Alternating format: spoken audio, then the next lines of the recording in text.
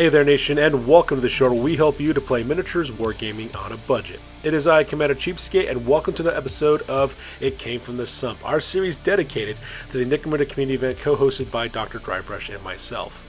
It Came From the Sump as a vehicle-based narrative Necromunda campaign set in the Sump Seas of Necromunda, and on today's video we are starting week number 5 of our campaign for our community event. As you can see, we have all 7 gangs listed out. We're going to talk about their statistics so far, so that way you know exactly where the gangs are currently ranked in our campaign. Now, for the overall look for this, what we do is we take a look at the number of wins versus loss records for the gangs, and that's how we rank them, as well as followed by their gang rating to break ties.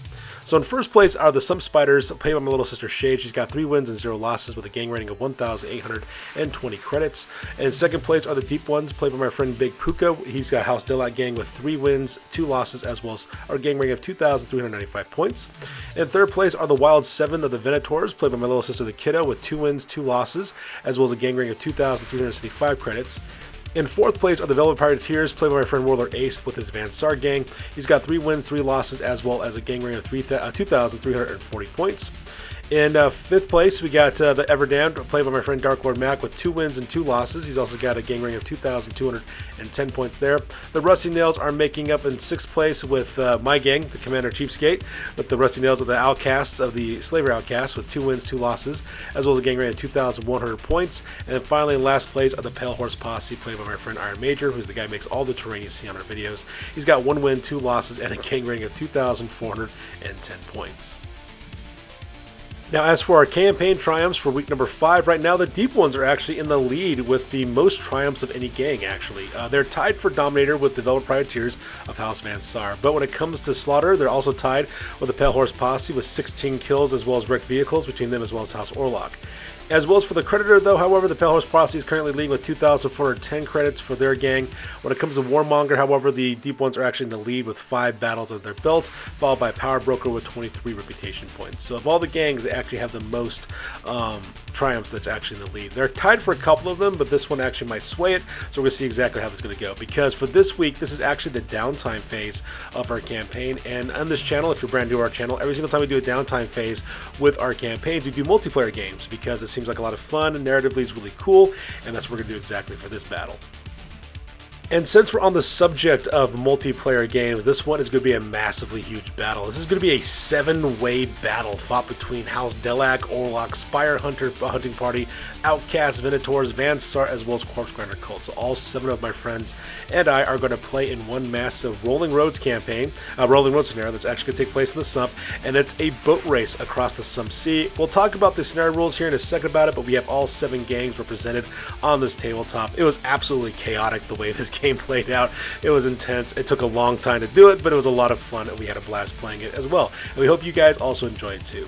Now, because this video is definitely going to be a much longer video, I will warn you now, it's going to be quite long. I will put timestamps in the description box down below so that we can click and navigate to the part of the video that interests you the most. So that being said, we're going to play some background music real quick. We'll show you the rosters of the fighters who will be participating in this scenario, and we'll come back and talk about the scenario rules. Enjoy.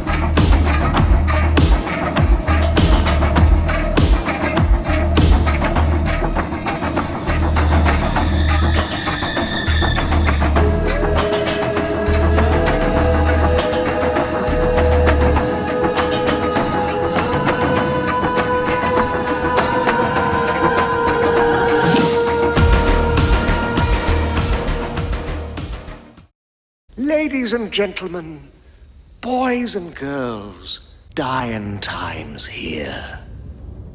Alright, so the event for this one is the low tide once again, which means the surface of the Sump Sea decreases a little. Many sunken treasures are discovered at this time when gangs send juvies to search through exposed debris. So each scenario rewards both players with extra D6 times 10 credits.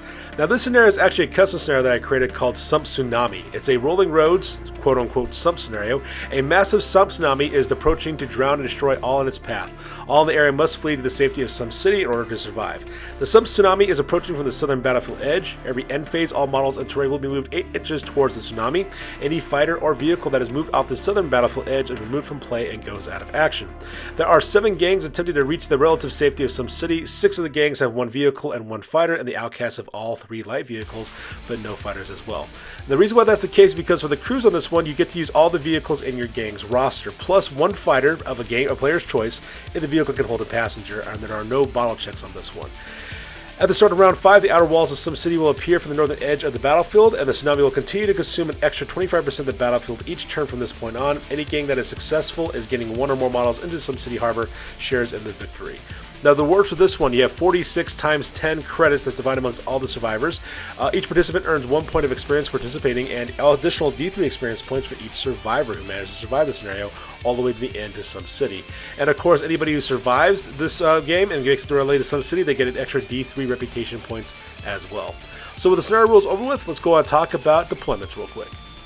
So all 7 gangs have their vehicles lined up on the southern edge of the battlefield, so we're going to move from the left to the right and talk about exactly all the fighters involved. So starting off with the Corpse Grinder cult, we have the Midnight Meat Train, which is driven by one of their road initiates. It is also a cargo age ridge hauler with all kinds of weapons and equipment attached to it as well. And since their vehicle can also carry a passenger, we do have a fighter who's going to be riding this vehicle. And my buddy decided to use the Eightfold Harvest Lord, which is the bounty hunter, the Dramatis Personae bounty hunter. This character is kitted out to kill. He's got paired heavy chain cleavers. He's also got a Corpse Grinder cult icon, Avatar of Blood, Killing Blow, Slaughterborn. That Killing Blow scale ability is quite scary because he doubles his strength as well as damage, so that thing can actually one-punch a vehicle and destroy it if he actually gets his hands on it. And right next to him is one of my vehicles, Grievous 2.0. It's a scum racer as well, costing 180 credits. It's a custom light vehicle with a ram as well as wheel sky, snatcher burner, as well as all-wheel steering on this vehicle as well. And I get all 3 of my vehicles in this one because you get to use your entire motor pool of vehicles in your gang. Now I have 3 vehicles, but I have no vehicles that can carry fighters, which is a huge oversight on my part. So because of that, I get 3 light vehicles. Moving on down the line is a Lady Alina's Revenge, which is my buddy Warlord Ace's vehicle. It is driven by his Technica. It is a custom rig. It's got a mining laser as well. This thing is absolutely dangerous, represented by that little black looking APC thing there on the left hand side. And riding upon that vehicle is Bolderon, the Augmech, which is one of his champions. He's got an armored body glove, flak armor, as well as a plasma gun, the last pistol. He's also got the munitioneer as well as the fixer skill. Next on the right hand side is the Shadowrunner, which is a Wraith driven by my buddy Big Puka. He's got a custom media vehicle with a heavy flamer on that bad boy. He's got a ram, large transport cage, as well as nitro burner. He's also got contrap launchers as well as headlights, and it's also tracked as well. And running that vehicle is Astaroth the Mirelurk, which is his Notghoul who's got paired Serpent Fangs, which has the phase ability, which means you get no armor saves whatsoever against those close combat attacks.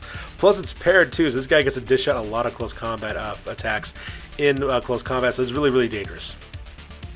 So wedged between them, of course, on the right-hand side, and that yellow vehicle is Sundown, which is one of my scum racers. It's a custom light vehicle with long last, nitro burner, all-wheel steering, as well as a gliss injector. So not very kitted out to kill, unlike my other friends' vehicles.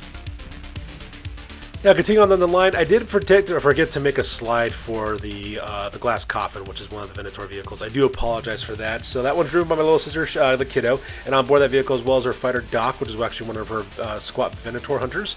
And then right next to him, that red vehicle in the center, that's the Huntsman, which is the Abyssal Ferryman Steersman.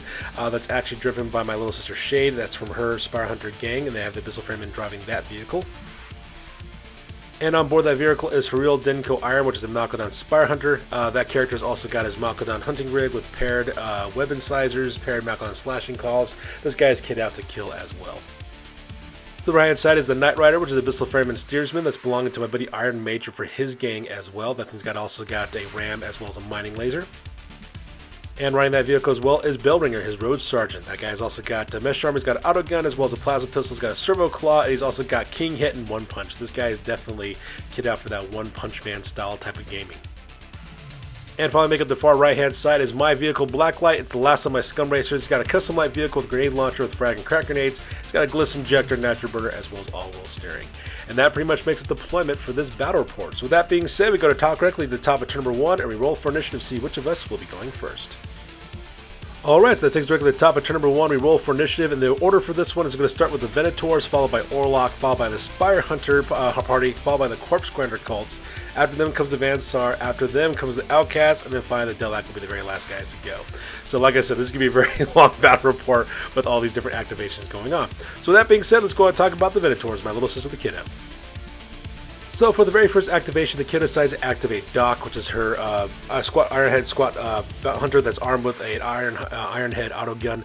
Does a basic action aim and another basic action open fire. Managed to get off 3 shots directly against my vehicle, Sundown.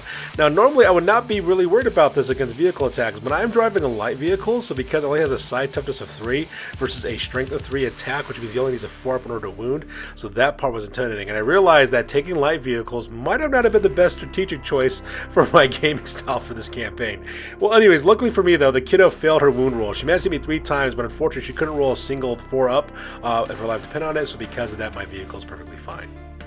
So because that Iron Major goes next for House Orlok, he decides to activate Bellringer, which is his road sergeant, was one of his champions, and he decides to declare a charge against Faril Dinko Iron, which is the Malkadan Spire Hunter that's directly across from him. He ends up getting a 7-inch charge range and also passes an initiative test of 4+ in order to jump the gap between him as well as the vehicles.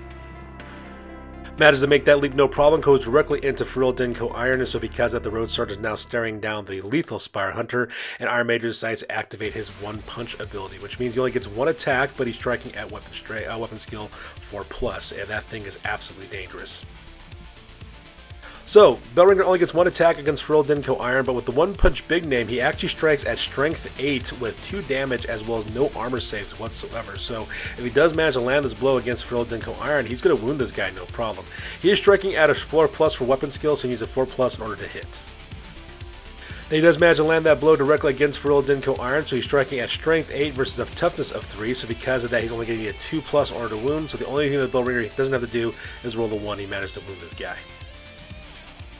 He cuts through his toughness with no problem whatsoever, managed to put the wound on him, and since there's no armor save with the 1-punch rule when it comes with Bellringer, Faril Dinko Iron gets no armor saved. He puts 2 damage directly onto the fighter, which of course eats up all of Faril Dinko Iron's 2 wounds.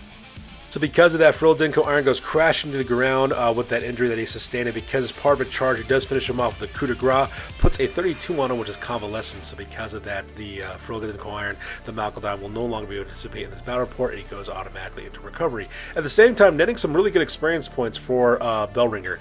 Bellringer, man, that guy, when he hits, it really hurts. And the worst part about this guy can basically bare-knuckle vehicles too, if he really wants to. So because of that, Shade decides to go next. She decides to activate the Huntsman, which is Abyssal Ferryman Steersman. Now, unfortunately, she won't be able to fight directly against Bellringer because of the fact that she has a vehicle crew member and this guy is on top of her vehicle. But what she decides to do, though, is to actually cut him off from having any help whatsoever. So she decides to do a full throttle action, which is a double action, so that way she can move up a maximum movement allowance of 18 inches, so that way she can separate Bellringer from the Knight Rider. So with the YOLO in the air, the amphibious assault vehicle goes charging forward 18 inches directly through the center of the battlefield, separating Bellringer from having any hope of actually catching up to the Knight Rider as well. So that pretty much makes up my little sister's activation. For Dark Lord Matt going next, he decides to activate the 8-fold Harvest Lord, who declares a charge against Grievous 2.0, which is my small little light vehicle that's next to that pile of rocks, which is actually quite harsh. And because of his Corpse Grinder cult icon, he managed to get an 11-inch charge on that one, so he has no problem whatsoever making the jump from his vehicle directly to the pile of rocks, directly into Grievous. He does have to pass the initiative test of 3+, but that's not a problem whatsoever, and he passes. And so because of that, he does face down against my humble little light vehicle.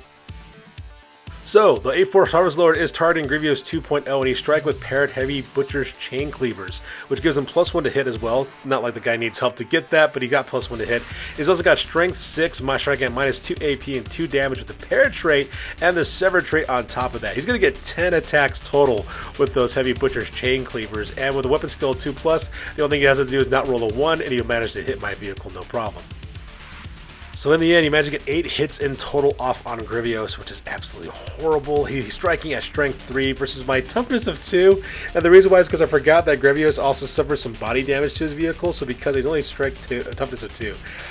Needless to say, the 8-Lord Larva Sword only needs a 2+ in order to wound, and he gets no armor save as well because I have plus armor, but that -2 AP is going to be horrible, so because he just has to roll not a 1 in order to wound me. Needless to say, he gets 6 wounds off directly onto Grievous 2.0, and like I mentioned before, because that -2 AP, I get no armor save whatsoever, so we roll the damage dice. So he gets a catastrophic hit on the crew portion of my vehicle as well, which also means that on top of all the horrible things that happen to my crew member, I also got to take a loss of control test as well. And unfortunately for me though, I failed that loss of control test, and when I roll to see exactly if I get a rollover or if I get a spur or if I get jackknife, I roll over. So because of that, it's rolled over and it's also wrecked as well. As you can see from the giant bellowing smoke coming out of Grievous 2.0, it goes directly into repair. Now luckily for me, my crew member on Grievous 2.0 got an out cold result, so he's perfectly fine. However though, Grievous 2.0 got a damaged frame, it becomes a write-off and it goes directly into repair. So if I want to be able to field Grievous 2.0 in the future, I have to pay for its repair costs, which is horrible. But you know, that's the way it goes in this game sometimes. So after that tragedy of losing my fighter, we go to Warlord Ace of House Van Sar. He decides to do a group activation with both Balderon as well as Lady Elena's Revenge. So because he's going to activate both the vehicle as well as for the champion on top.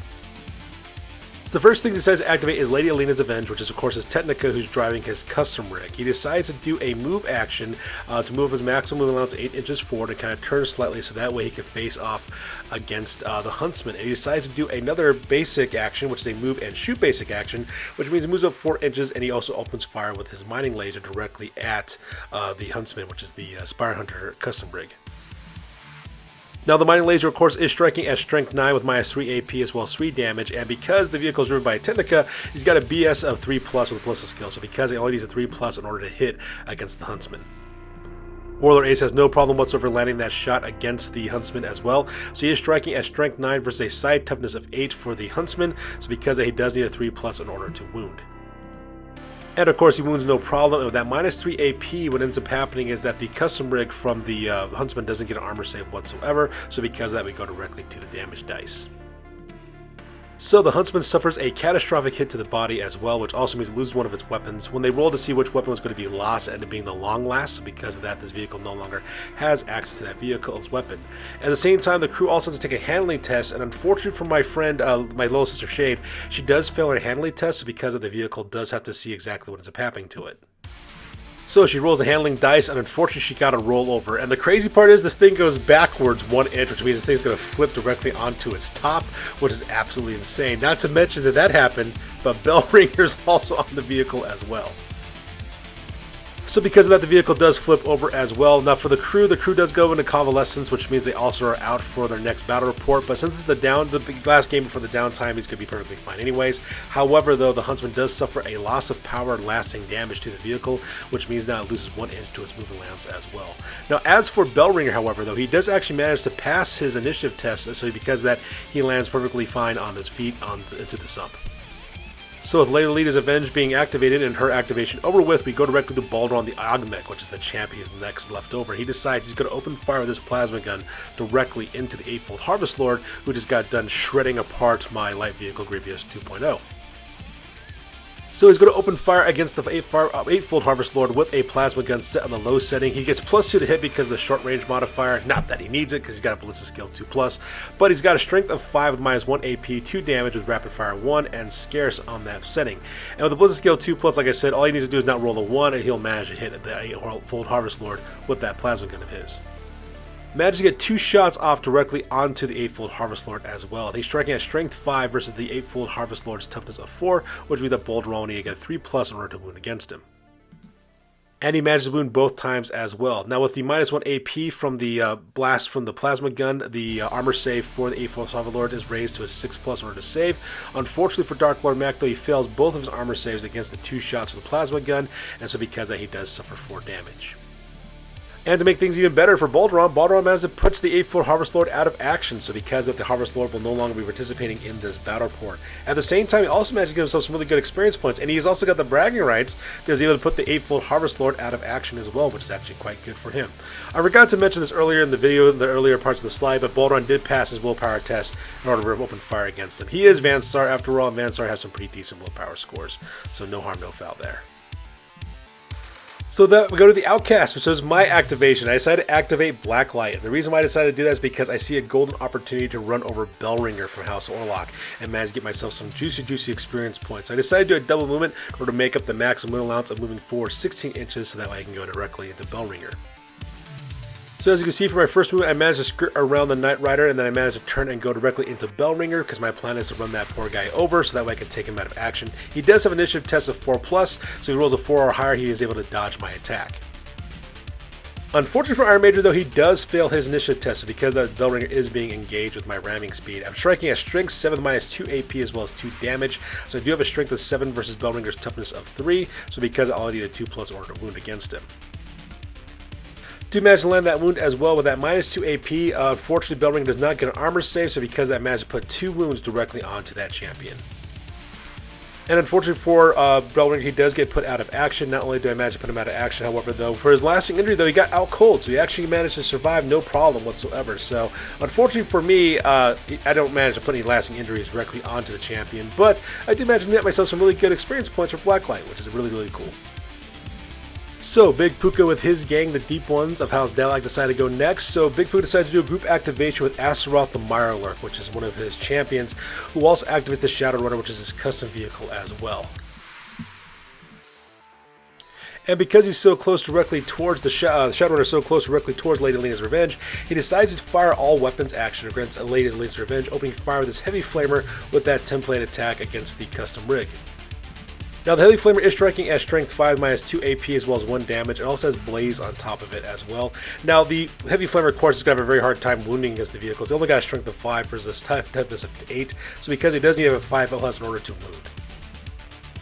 He does manage to wound directly against a Lady's Revenge, which is actually quite impressive. However, though, he does need to take an ammo test, but he does fail the ammo test as well. So because that, he will need to reload and take a simple action to reload the Heavy Flamer on his vehicle later on. However, though, the Lady's Revenge does get an armor save of 6+ because of that minus 2 AP on the Heavy Flamer. Unfortunately for Lady's Revenge, though, she fails her armor save. So here's a close-up of the Shadow Runner with its little ammo counter to represent the fact that it can't fire its Heavy Flamer until it reloads. And when it came to the damage dice, originally got a penetrating hit to the engine directly against Lady Alina's Revenge. However, though, Lady Alina's Revenge does have an engine shell, so because it does reduce it down to a glancing shot instead, so because it only suffers a stutter result, making it stationary and stalled for the time being. So for the Shadow Runner's very last activation, it does make a simple movement action to go directly forward full 7 inches, so that way it's out of the range of being dragged off the table in case of that end phase when everything gets moved down 8 inches because of the rolling rotor rule.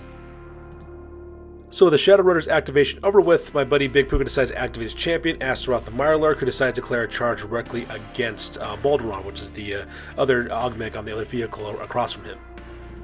Astaroth the Mirelurk has no problem making the charge whatsoever, manages to pass his initiative test at 2+ in order to jump the gap quite easily, goes directly into close combat with Balduran the Augmech, so the two of them will be throwing it down in hand-to-hand combat. So Astaroth the Mirelurk is targeting Balduran. He is equipped with Serpent's Fangs, which means that he'll be striking at strength 6 with 1 damage. It's also got the pair trait on it, which means it doubles his attacks. And to make things worse, it also has the phase weapon trait on top of it, which means you get no armor save whatsoever. And as a little added bonus, he also has rending on his attacks in case he manages to roll a 6 to wound roll. So with his charge as well as his pair trait, he gets an 8 attacks total against Balduran with a weapon skill 2+. All he needs to do is roll a 2+ in order to hit against Balduran.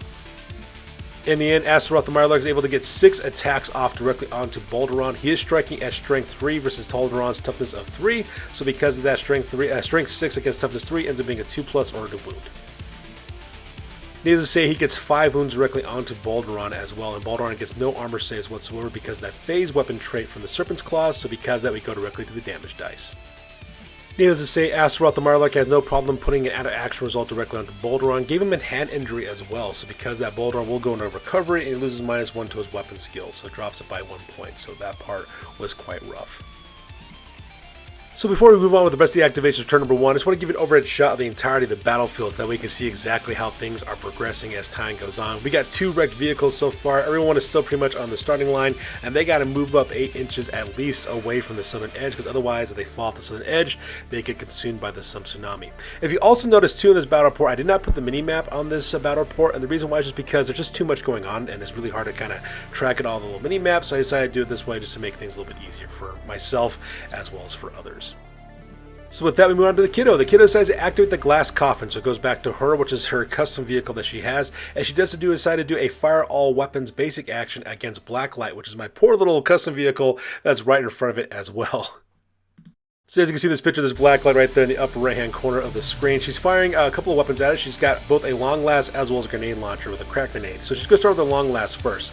So she's striking at strength 4 with only 1 damage. She has a ballistic skill of 4+, so she needs to roll a 4+ in order to hit against my vehicle, which of course the glass coffin is able to do. So she is striking at strength 4 versus my side toughness of 3, which means of course that the long last needs a 3+ order wound against my vehicle.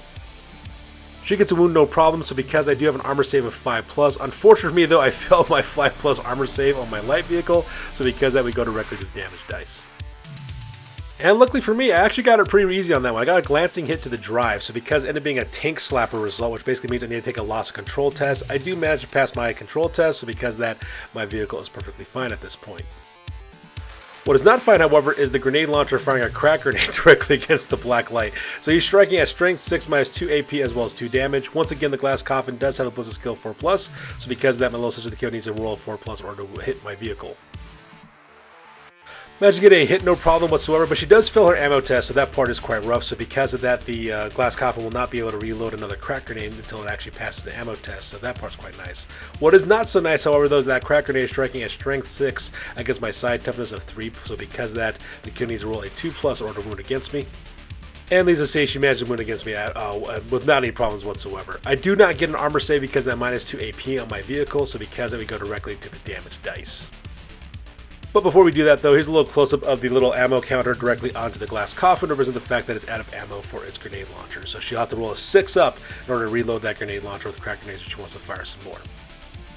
Now when it comes to the damage, she managed to get a penetrating hit against the body of my vehicle, which means she causes structural damage, which means I lose 1 hull point. Now unfortunately for me, Blacklight only has one hull point, so because of that, the worst ends up happening. So because of the black light is now wrecked as well, so that part was quite horrible. At the same time, I also suffered damaged bodyworks to my vehicle, so because it has -1 to its toughness, which means this toughness on this vehicle is only toughness 2 now, which is absolutely horrible. Luckily for me though, the crew though of the black light though managed to get lessons learned, so they go into recovery, but they also earn 3 experience points, which is actually not bad, all things considered.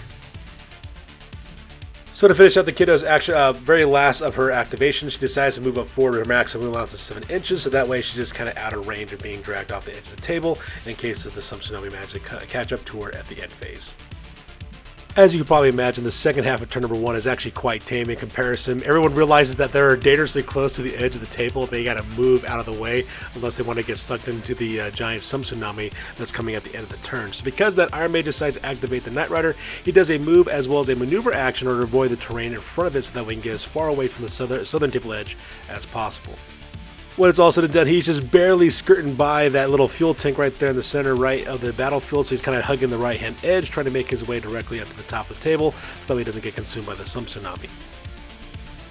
So with the Dark Lord Mac, he decides to do a move action and then followed up by a move and fire action directly towards Lady Elena's revenge by opening fire with a crack grenade from his grenade launcher.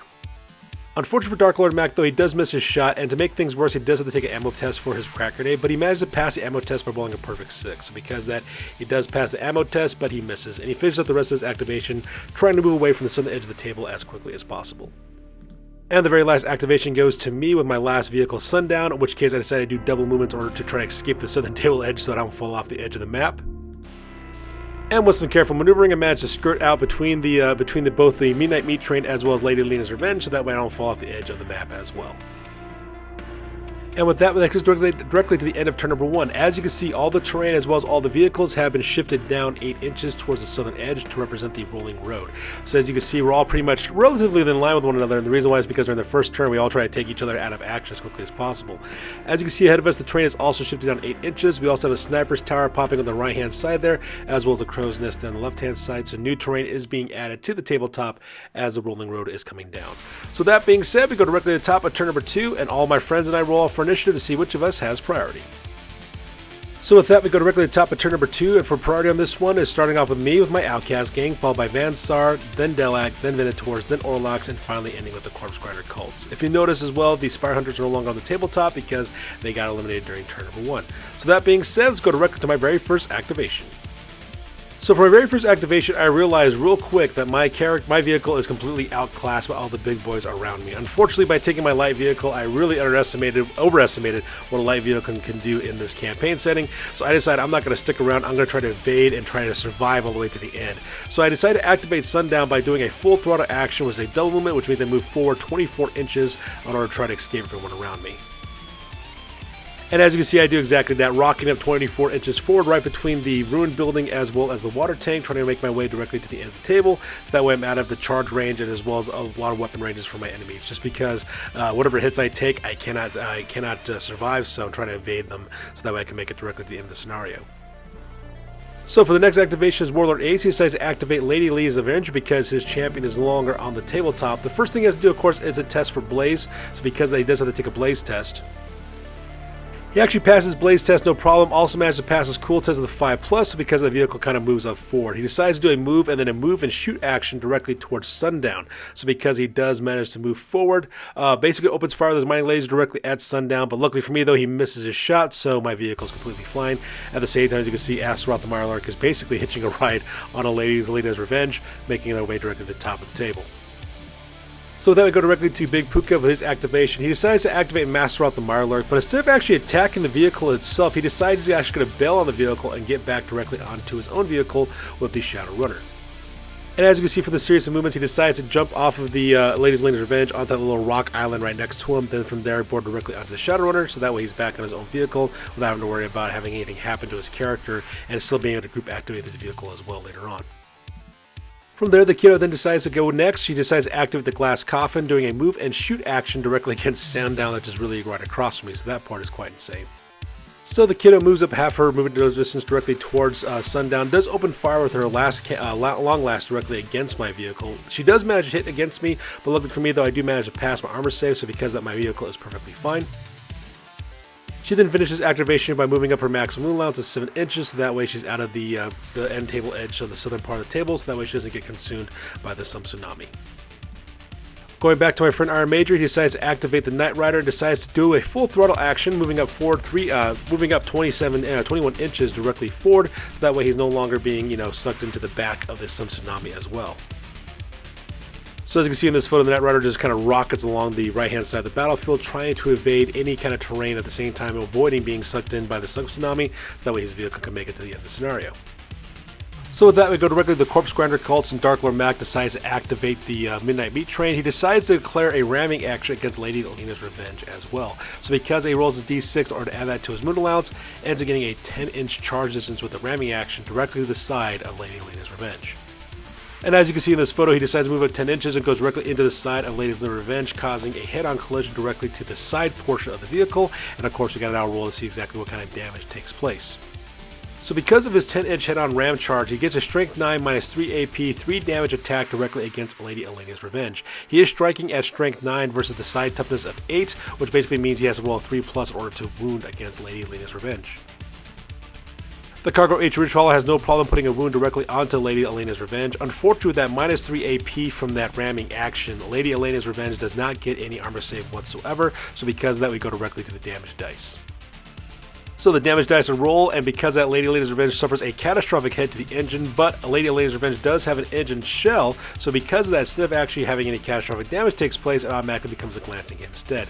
So instead, Lady Alina's Revenge does become stationary and stalled, but it will need to take a loss of control test with a -1 modifier. Now with a 6+ handling score, this should not be a problem. Unfortunately for my buddy Warlord Ace, though, he rolled Snake Eyes on his handling test, so because he does fail it. So he rolls to see exactly what happens, whether he swerves or jackknifes. He rolled a rolling action on that instead. Unfortunately, that rollover dice has just been triggering every single time I've been using it in this battle report. It's absolutely horrible. He actually ends up rolling 1 inch to the right-hand side, 2 inches to the right-hand side as well. So because of this, vehicle will be moving out. As you can see, Lady Lady's Revenge does flip over directly into the middle of the tabletop as well, with a smoking icon coming directly out of its vehicle to represent the fact that it's wrecked. Luckily for my buddy Warlord Ace, though, his crew got an out cold result, so his crew member is perfectly fine. However, the vehicle itself, though, suffered damaged bodywork, so because it loses 1 toughness to all of its characteristics on that vehicle. So with that, we go back to my buddy Big Puka. He decides to activate the Shadow Runner. He decides to go full throttle as well, moving out 21 inches forward, so that way he gets out of the way of being hit by the Sump Tsunami. And as you can see, he rockets forward 21 inches, making his way between the water tower as well as the ruined building at the base of the sniper tower, so that way he's out of the way of any terrain, so that way if it does shift down, his vehicle doesn't get hit. The very last activation to go is the Kiddo. She activates Doc, the Squad Hunter, who decides to open fire with his Ironhead autogun. Because of target priority, he does have to aim directly towards the Shadowrunner ahead of him. Unfortunately, though, he does manage to hit the Shadowrunner no problem, but he fails the wound, so because of that, nothing much really happens there. So here's an overhead shot of the entirety of the tabletop at the end of turn number 2. As you can see, all the vehicles are pretty much at the halfway point at the table, just trying to evade one another. Looks like my friends all realize how dangerous it is if you do fall directly into the Sump Tsunami, so everyone's just kind of rocketing forward in order to try to escape. And with that, we go directly to the end phase, where all the terrain in the vehicles shift down.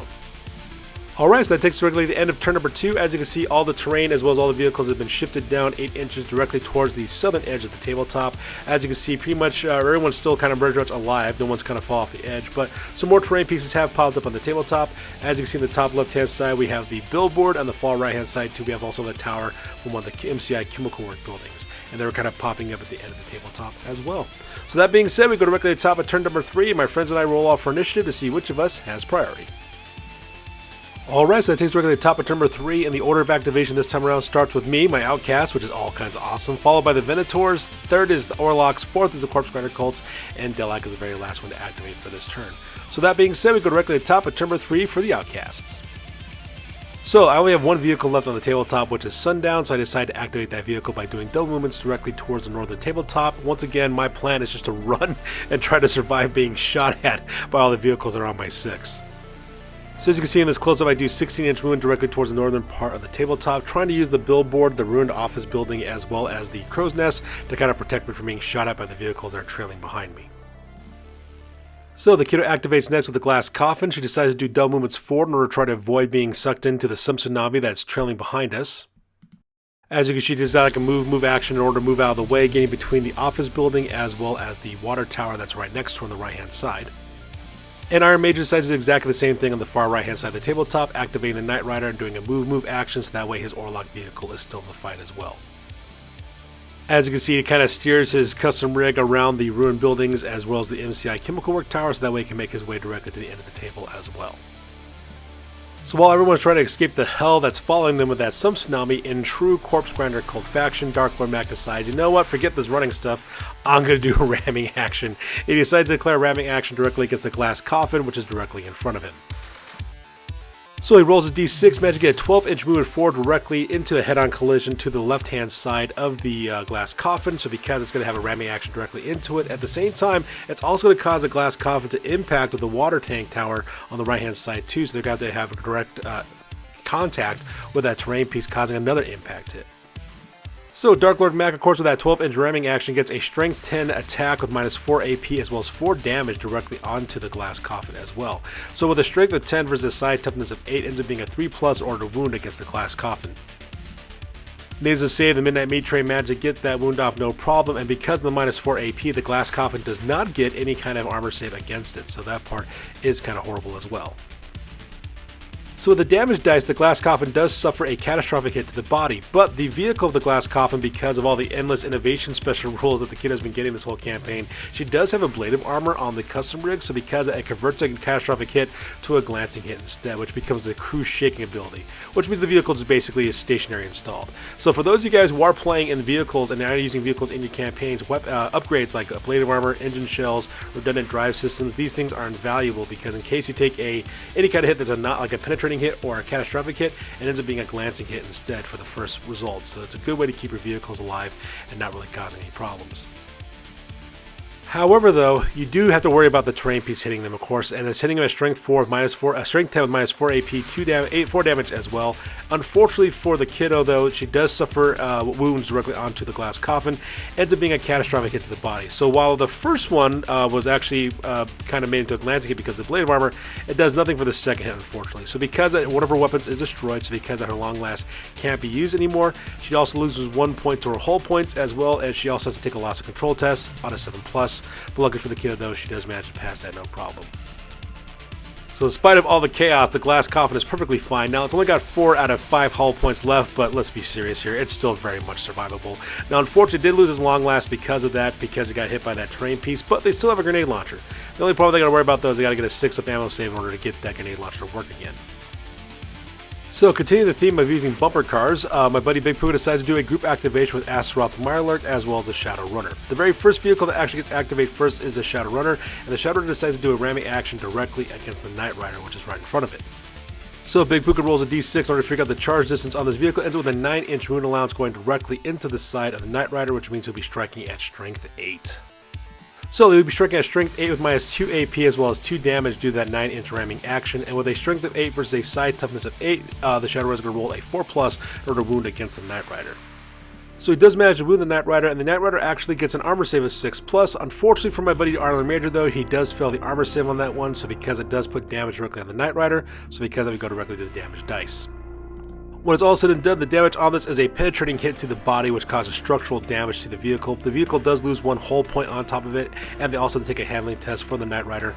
Luckily for Iron Major, though, he does manage to pass his handling test, so no harm, no foul. And luckily for the Shadow Runner, no return damage is actually suffered. So continuing on with this activation, Big Pooh decides to activate Astaroth the Mirelurk, who decides to declare a charge directly against the Knight Rider, so that way he can engage that vehicle in close combat. And as you see, Astaroth the Mirelurk has no problem whatsoever closing the distance directly towards the Knight Rider. The Knight Rider still has 4 out of its 5 hull points left, so whatever damage it might suffer, it could actually be quite survivable for this vehicle. So Astaroth the Mirelurk is targeting the Knight Rider with Serpent's Fang, striking at strength 6 with 1 damage. It's got the paired trait as well as phase and rending traits as well. He managed to get 8 attacks total on his charge, and with a weapon skill of 2+, he's only going to need a 2+ in order to hit against the Knight Rider. In the end, he managed to get 6 hits directly onto the Knight Rider as well. He's striking at strength 6 against a toughness of 8, so because he needs to roll a 5+ in order to wound. Astaroth the Mirelurk managed to get 2 wounds directly onto the vehicle as well, and because of the phase weapon trait on his weapons, the vehicle doesn't get any armor saves whatsoever, so because of that, we go directly to the damage dice. In the end, it ends up becoming a penetrating hit to the engine, so because of that, we do suffer loss of power, which of course means that this vehicle loses 1 to its hull points as well. It can't move faster than its own movement allowance in any given turn, which could be quite bad because the Sump Tsunami will eventually come up onto the Knight Rider, so that part is quite good. Now, unfortunately for my buddy Iron Major, he does have to take a loss of control test, and unfortunately for him, though, he fails that loss of control test. So he rolls the handling dice. Unfortunately for this one, he rolls once again, roll over once again. So because of that, things have been popping up every single time in this battle report, so it's been absolutely devastating. He's going to roll over to the right-hand side 1 inch, which is quite devastating. So because of that, the Knight Rider does flip over 1 inch to the right-hand side. It does become wrecked, and when it came out, the result on that one ends up being a loss of power. So because of the Knight Rider will lose 1 movement to its movement allowance as well. Now, luckily for Iron Major, though, his crew did survive with the Alcobra result. So because of that, the crew members of this vehicle will be perfectly fine. However, with Astaroth the Mirelurk, though, that does mean he does manage to end up in the middle of the sump. He does pass his initiative test, so that because he does land on his feet, and so because he does have the consolidation move he wants to make afterwards, he decides to kind of scoot it over to the left-hand side. So as you can see, Astaroth the Mirelurk ends up 2 inches to the left-hand side, gets back on board his vehicle again, so he's perfectly fine, doesn't worry about taking a strength test, so that way he doesn't have to worry about drowning in the Sump Sea. So for the finish of the rest of the turn, the kiddo decides to activate Doc, or Squad Hunter, opens fire with his Ironhead autogun directly against the Midnight Meat Train. Unfortunately for the kiddo, even though she does manage to hit the vehicle 3 times, she fails to wound it, so because of that, nothing much really happens from the end of that turn. So here's an overhead shot of the entire of the tabletop at the end of the action phase. As you can see, all the vehicles are slowly being eliminated one by one. There's only, 4 vehicles left out of the original 7 that participated in this battle report. As you can see, we're all making our way through the ruins, trying to make our way to the northern edge of the tabletop so that we don't get destroyed by this Sump Tsunami. So with that takes us directly to the end phase. As you can see, all the vehicles and all the terrain has been shifted down 8 inches directly to the bottom southern edge of the tabletop to represent the rolling roads aspect going on. As you can see, a new terrain piece has popped in the middle of the tabletop, which is the MCI Chemical Works, with some of the fuel tanks located there in the center of the tabletop, and the rest of us are just trying to escape. So that being said, that takes us directly to the top of turn number 4. We roll for initiative to see which of us has priority. Alright, so that takes us directly to the top of turn number 3, and the order of activations on this turn is first Corpse Grinders Cults, followed by Viditors, followed by Delac, and then lastly Outcasts. So that being said, let's go directly to Dark Lord Mac for his first activation. So Dark Lord Mac once again activates the Midnight Meat Train. This time he does a double movement 4, so that way he can ram the back of Sundown, which is my lone life vehicle, all the way up the top of the top of the battlefield. He does a double move by turning and then moving up forward as quickly as he possibly can, makes full contact with Sundown, so because of that, Sundown does get rammed from the back. So the head-on collision ends up being a Strength 6 attack with minus 2 AP as well as 2 damage. With a Strength of 6 against my rear toughness of 3, my buddy Dark Lord Mac just needs a 2+ order to wound my vehicle. Needless to say, he has no problem whatsoever putting the wound directly onto Sundown, and because that minus 2 AP, I get no armor save whatsoever, and he puts 2 damage directly onto my vehicle. So with that, we go directly to the damage dice. So unfortunately for me, I take a penetrating hit to the body of my vehicle, which ends up being structural damage. Eats at 1 hull point, which is unfortunate because all I have is 1 hull point. So because of that, my vehicle becomes wrecked, as you can see from the smoke, a pillar of smoke that's coming out of my vehicle as well.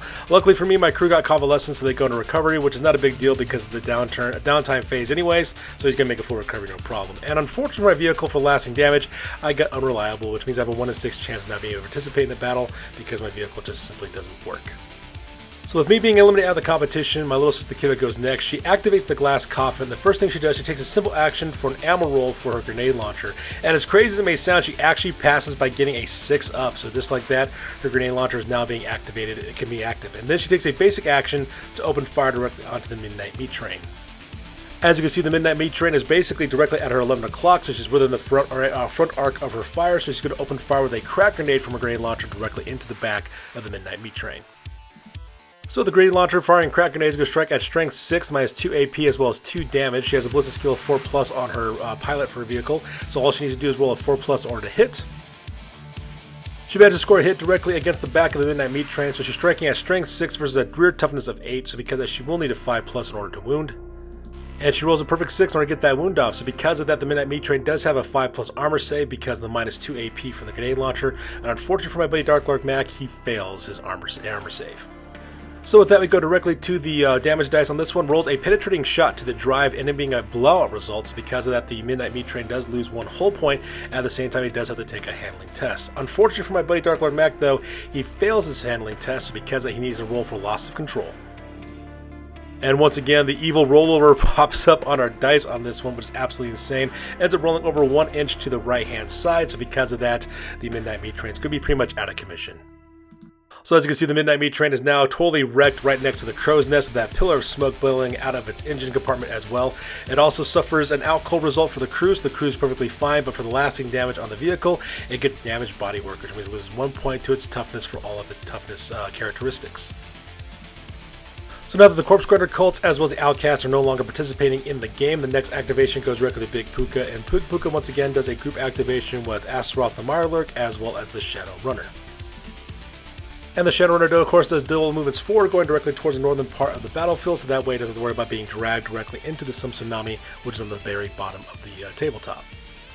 And with that, that takes directly to the end phase. As you can see, all the terrain has been shifted down the table 8 inches, as well as all the vehicles. And if you notice, all the vehicles on the tabletop are wrecked. As for the glass coffin, unfortunately for the kiddo, she thought she had an inch or 2 left on the table, so that way she didn't have to worry about falling off the edge of the table where the Sump Sea is. Unfortunately, though, she was actually incorrect. She was actually 7.5 inches away from the table edge. So because of that, when the Sump Tsunami moved up at the end phase, her ship got consumed, as well as docks. They both go out of action, leaving the only people left on board are the members of the Deep Ones from House Delac.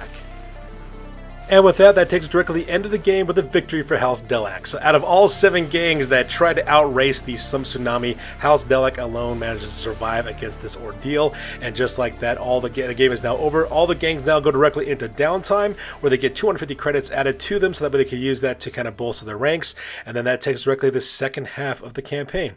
So that being said, we're going to go to the after action report real quick, because this battle report is now officially over. That's it, man. Game over, man. Game over.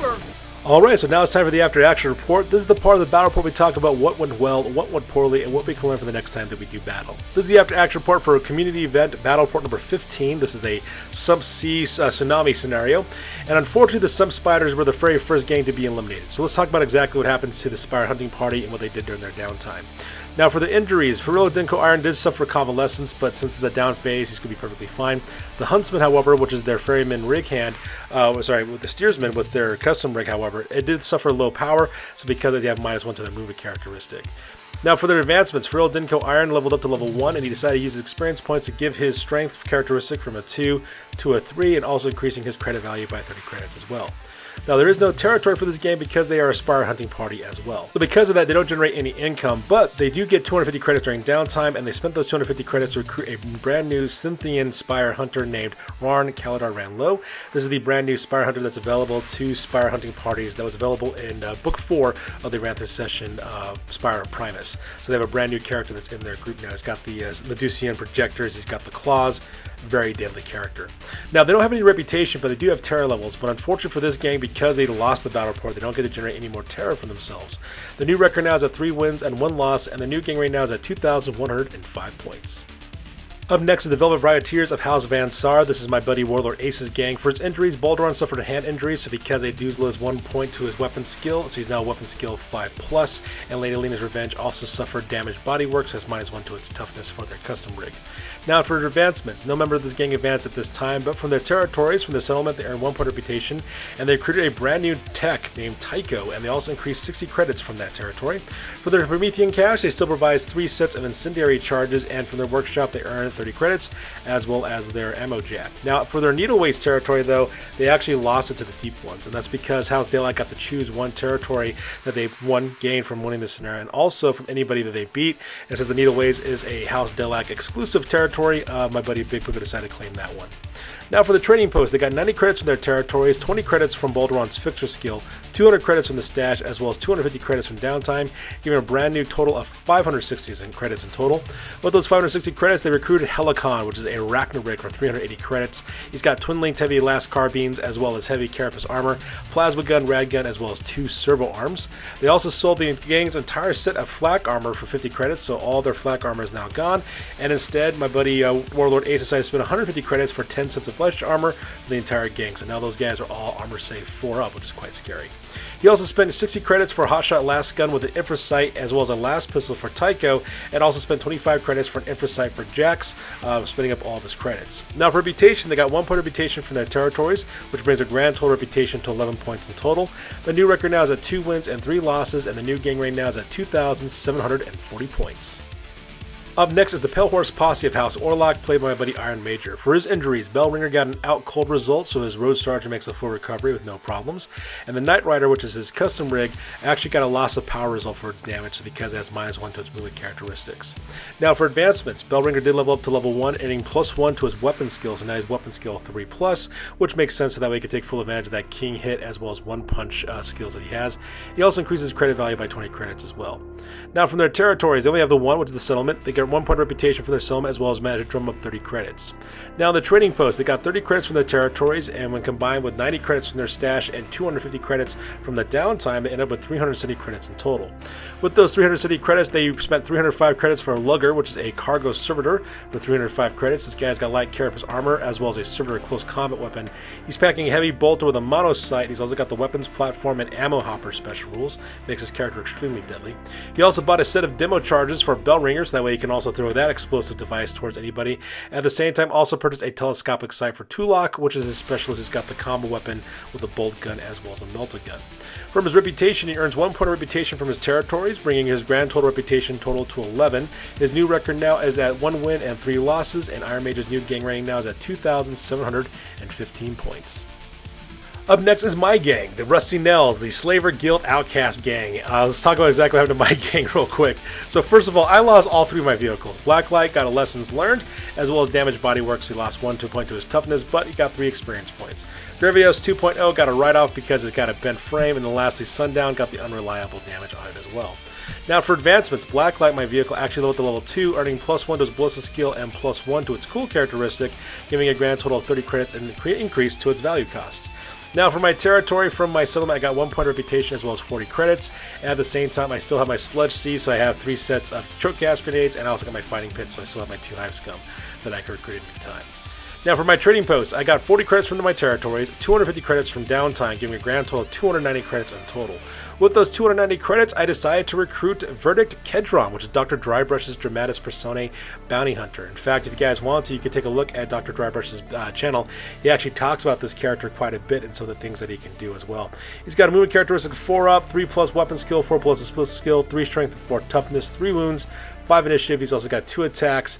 He's also got a pretty good psychology stat with 6+ leadership, 4+ cool, 6+ willpower, 6+ intelligence. He's got flak armor as well on top of that, so he's actually quite mesh armor on top of that, which makes him quite good. His weapons are kind of basic with a shotgun with solid scout ammo as well as a fighting knife, but he's also got a stim slick stash, which makes him quite good. He's got counterattack. He's also got headbutt, hurl, and he's also got the parry skills too. So pretty much a close combat oriented beast, and I like this bounty hunter character so much I decided to add him to my crew. I also spent 50 credits for quality repairs for Grievous 2.0 so that way I could fix that vehicle back up, and I also bought another 25 credits for Chain Sword for Corella Corsair, which is my champion, so now she has that and a hand flamer, and I gave Corella Corsair's axe to Jasper the Junkie because that guy has been fighting this entire campaign without any weapons whatsoever. In fact, the only reason why he's dangerous is because he's been taking friends on the entire time. Now for my reputations, I earned 1 point reputation for my territory, which brings my grand total to 9 reputation in total. My new record now is at 2 wins and 3 losses, and my new gang rank now is at 2,380 points. Up next is the Everdamned of the Corpse Grinders cult, played by my friend Dark Lord Mac. For his injuries, 8th Floor Halbers Lord made a full recovery, and his Midnight Meat Train, which is his Cargo 8 Rich Hauler, suffered damage bodywork, so he's got -1 to its toughness characteristics. For advancements, the Midnight Meat Train later left level 1, earning +1 to its ballistic skill, and also increasing its credit value by 20 credits. From his territory, from his settlement, he earned 1 point reputation as well as 20 credits, and he still made control of the tunnels territory that he also has as well. Now for the trading post, he got 20 credits from his territories, as well as 40 credits from the Low Tide Sump event that took place on this battle report. He also got 5 credits from his stash, and as well as 250 credits from the downtime. He had a grand total of 315 credits in total. With those 315 credits in total, he spent 200 credits for purchase armored undersuits for the remainder of the gang. So now all the gang members of this cult has armored undersuits with their armor. Most of them have like a 4+ armor save now, so they're quite deadly. And then he spent the rest of his credits repairing the Midnight Meat Train, so he removed the damaged bodywork, so now the Midnight Meat Train is now back to 100%. Now from his reputation, he got +1 reputation from his settlement, which gives him a grand total of 9 reputation in total. His new record now is at 2 wins and 3 losses, and his new gang rank now is at 2,425 points. So up next is the Wild 7 of the Venators, played by my little sister, the Kiddo. She suffered no injuries in this battle report, and Doc, which is the fighter that was fighting in this scenario, leveled up as well. She rolled on the Ganger advancement table, earned +1 to his toughness, and also increasing his credit value by 30 credits in total. So now this guy has toughness 5, so he's quite resilient. Now from her territory, she got from her settlement, she got 1 point reputation from her settlement, as well as 10 credits from that settlement as well. From her Rogue Doc shops, she still maintains the abilities of Dr. Huntsman, which is a rogue doc, as well as also gaining 60 credits from that territory as well, and she also still controls her drinking hole territory on top of that. Now from the trading post, she got 70 credits from her territories, as well as 60 credits from the Low Tide Sump event. She got 10 credits from Grumpy's Fixer skill and 190 credits from her stash, and when combined with the 250 credits she got from the downtime, she ended up with a grand total of 580 credits in total. With those 580 credits, she actually recruited 2 Ogren Hunt champions. The first one's name is Fee Fi.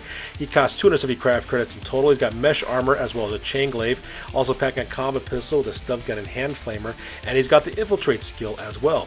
And then right after him is Faux Fum, which is the second Ogren Hunt champion that she recruited for 245 credits.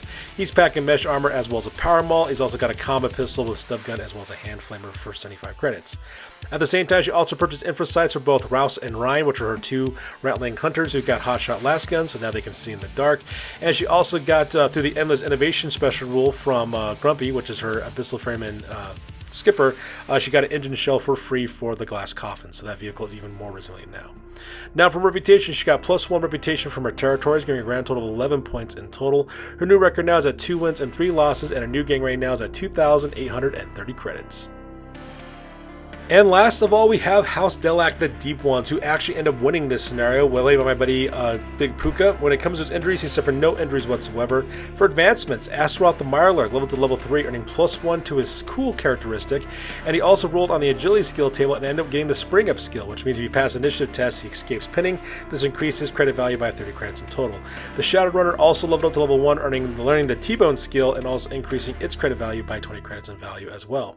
Now from their territories, from their settlement, they earn 1 point reputation as well as 60 credits. They still maintain control of their generatorium territory, and from their gambling den, they got 22 points of reputation. For the game mechanic for that one, my buddy Big Puka decided to pick spades as his suit for the gambling den. Unfortunately, he drew the King of Hearts, so he receives no credits whatsoever. From his Narco Den, he got 25 credits from his Needleways, which he managed to capture from the Velvet Privateers. That gives him now the ability to have 6 of his fighters to infiltrate onto the tabletop. And for his brand new territory he managed to get, he got a Archaeotech device, which means he can now give like different weapon traits to his weapons. Now they all gain their unstable rule when he does this, but you can put things like Radphage, Blaze, all kinds of really cool things on top of that. Now from the trading post, he got 85 credits from his territories, he got 190 credits from winning the scenario, 250 credits from downtime, and 5 credits from his stash, which gave him a grand total of 530 credits in total. With those 530 credits, he spent 255 credits to hire a brand new ganger named Cold-Hearted Scytherex. Cold-Hearted Scytherex is actually a ghost. That character's got mesh armor as well as a web gun. He's also got an auto pistol with a gun shroud attached to it, as well as a web gauntlet and photo goggles, and he's also the gang specialist now on top of that. So now he's got a guy out there with a web gun, which is absolutely terrifying. He also spent 205 credits for the Crawling Chaos, which is a second, I say again, a second Piscean Spectre. So now he's got 2 of those things flying around the battlefield, just causing all kinds of chaos. And then he spent 75 credits for armored undersuits for Shiragan the Ten Eyes, which is his leader, Darkhand Mandoth, his Phantom, as well as Astaroth the Mirelurk, which is his Nocgul as well. Oh, I forgot to mention too, for advancements, I forgot to mention this, but Drilla, the Rust Devil Deville, because she had 5 advancements over the course of the campaign, she gets promoted up to a Nocgul now. So now she retains all of her abilities. She loses the Hot-Headed as well as the learning and the fast learner skills, but she did get the From the Shadows special role, so now she can infiltrate. So now that Zeitgeist that was just tearing it up is now even deadlier. So it's absolutely terrifying to see that happen. Now for the reputation, earn 3 points reputation from their territories, 2 reputation from the scenario, which gives a grand total of 28 reputation in total. The new record now is at 4 wins and 2 losses, and the new gang right now is at 3,115 points. So there you guys have it. This is going to wrap up Battle Report number 15, as well as the downtime phase for our campaign for our Necromunda Community Event. As always, if you guys end up doing this for your own gaming groups, please let us know in the comments box down below. We'd love to hear from you guys. We'd like to see if you guys are using any of the game mechanics that Dr. Drybrush or myself have been making for this community event. If you guys end up making battle reports of your own, please let us know, because then we'll link to your video and we'll also promote it on our channel, because it'd be really cool to see this community grow and thrive. So that's good for this video, guys. As always, please like, comment, and or subscribe. I am Commander Cheapskate. I will catch you guys next one. Peace out and stay classy.